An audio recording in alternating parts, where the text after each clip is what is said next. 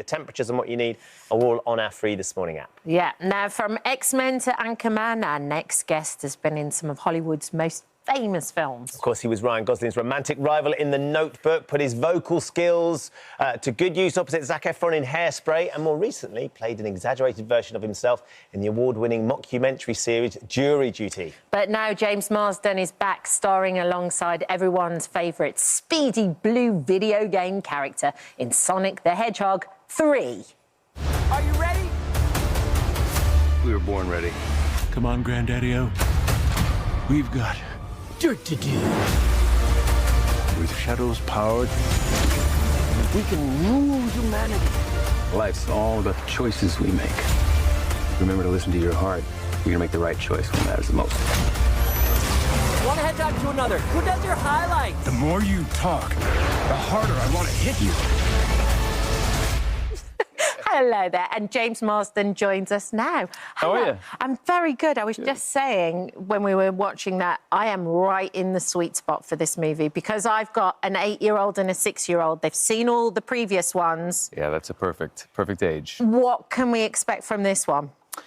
Well, I think the fun thing about these movies is that the beginning, the first film was sort of a buddy comedy, which was he and I, and then it sort of expanded into the second film. He's got new friends, and it keeps getting bigger. The budget gets bigger and more inflated. And this film is sort of like unleashed, high octane. We're in London, we're in Tokyo. There's many more hedgehog creatures running around.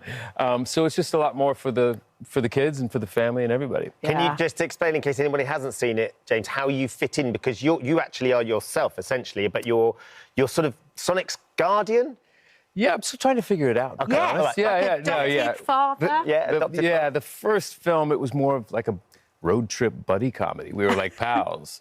And then it evolved into, I guess Tom, the character I play, Tom, is more of a fatherly figure for him now. And we're sort of the grounding force because he's sort of he's still a, kind of a petulant teenager who's running around getting himself into trouble, and we're sort of providing the guardrails for him.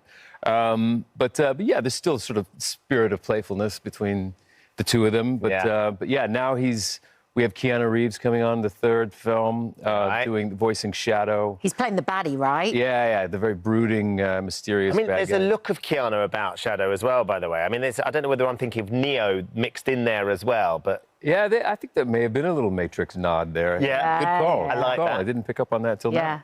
And Jim Carrey's in the movie as well. Yeah, Jim Carrey's in the movie twice. Yeah, he's playing 2 different characters in the film. Is he? So what are his characters? One's never enough with Jim. Yeah, it must be real fun on the set. Well, he's very subtle, so we can afford to have 2 Jim. Yeah, he's playing also his grandfather, Gerald Robotnik. Okay. Yeah. I think that must be one of the most extraordinary things, because in a character, in a part like that for Jim Carrey, who we know can be so animated and so sort of physical in his characters. Yeah. It must be an absolute joy to watch him play it. Yeah, it's so much fun. I mean, it's funny because he's not really like an improv artist. He can do improvisational comedy, but he comes in with like sheet music. I mean, he comes in with like very detailed ideas about what he wants to do, and it just he's a perfectionist as well. So watching him work is always fascinating because he's a master, and he always finds new ways to kind of do his own thing that we've seen and that we love, but he sort of refreshes it and updates it. And yeah, he's just, he gives this movie, and all of these movies, a nice jolt of energy. Yeah, he's amazing. Is it difficult to film these movies, though, especially for you? Because there's so much CGI. I'm guessing there's green screen as well. Like, how do you do it, and how do you make it work? Yeah, it's a good question. I mean, because it is half, for the people who haven't seen it, it's half live action and half animated characters.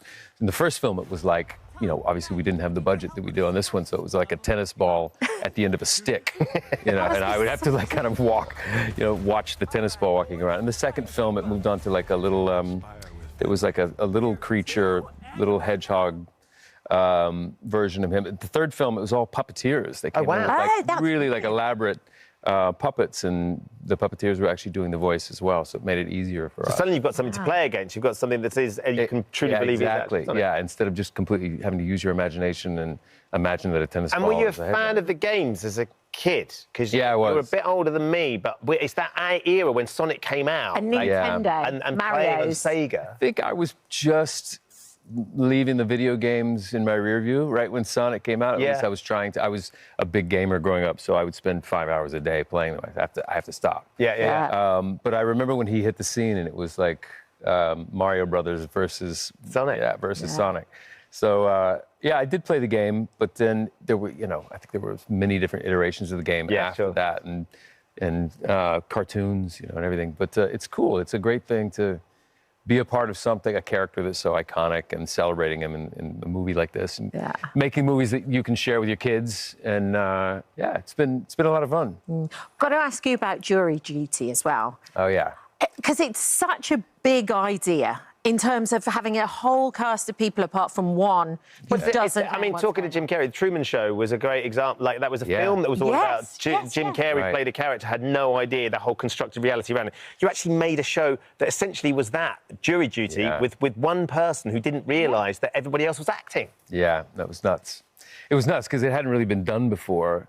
And so it was a bit of a high wire act, and can we even pull this off? Yes. And then beyond that, it was like, is this guy going to be okay after all of this? Protecting him. Truman Show's a movie, and Jim's an actor, but this is a real human being out there who didn't really ask for this, but ultimately it was a celebration of his humanity, of his character, and he was a sport about the whole thing. But it didn't make me feel good when we were doing it. No. No, I liked making fun of myself and Sending yourself entitled Hollywood celebrity, but for him, he was such a pure human being, but it was perfect. It really worked out well. Didn't know it was going to. That's what you don't know. Well, no, because it's such a big idea. That's the thing. And it's like, can you keep the secret as well? Because you must have to improv some of that and kind of find your way a little bit. Well, yeah, that's it. You can't have scripted dialogue because you don't know what he's going to say. So you have to sort of be on your toes. And I mean, there was scripted outlines of what would happen. Like James gets up and tries to get out of jury duty because he's a celebrity. And then we just sort of say what we want. But yeah, I think the challenge was, we have to make this there has to be comedy there, but we have to make it as realistic as possible so that he doesn't think he's on some show. And anytime he started to get a little suspicious, there were like 2 specific times, then the director said, tomorrow, just pull it all back. We are having boring court day. So no comedy beats, push nothing. And to the point where he would say, well, this can't be a show because this is the most boring day of my life. Oh, really? Okay. Yeah. So that was sort of you all had to go through that as well. You all had to sit there and pretend, and knowing it's not, none of this is real. You just got to get through this to No, and I would sit there ruminating whether or not this thing is going to even be seen by anybody. It's like, is my career over with? I'm just gonna sit here. But it turned out really well. I'm very proud of it. And he and I still keep in touch, too. So it's amazing. Yeah, he's loving it. I've got to ask you about The Notebook as well.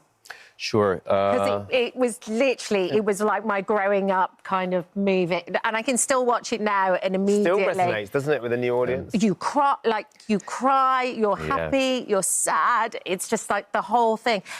But the response to your character is now slightly different. I've been reading that people are like, no, she should have ended up with you. I'm being told that quite a bit now. You're rising like the phoenix out of the ashes. Yeah, it all worked. Yeah.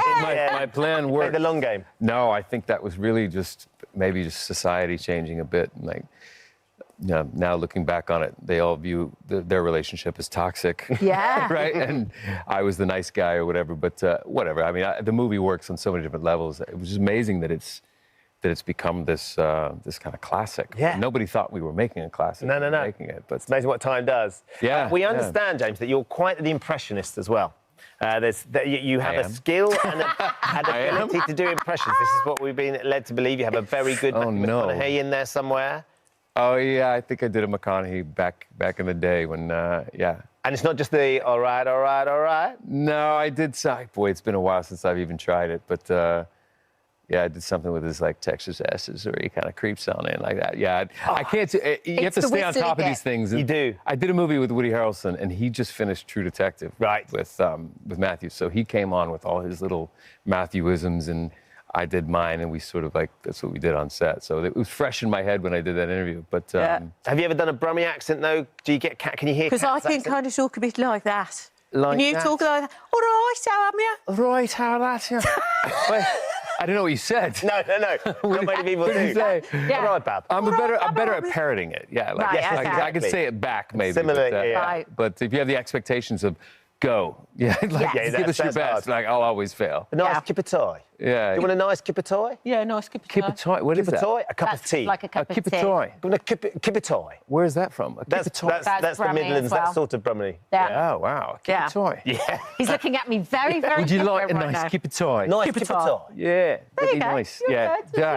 You're good. You're Kipper good. tie. I can't wait to say that to everybody in them. What, Yeah, they'll what are you listen. saying? What What are you you If you saying? go anywhere near the Midlands, they'll all Yeah, well, I'm here for a good week, so I'll see if I amazing. can fine tune some of it. Excellent. enjoy Yeah. your time Thank here. you so Yeah, yeah, much it's for good coming to- on good the to show. chat with you Nice guys. to chat.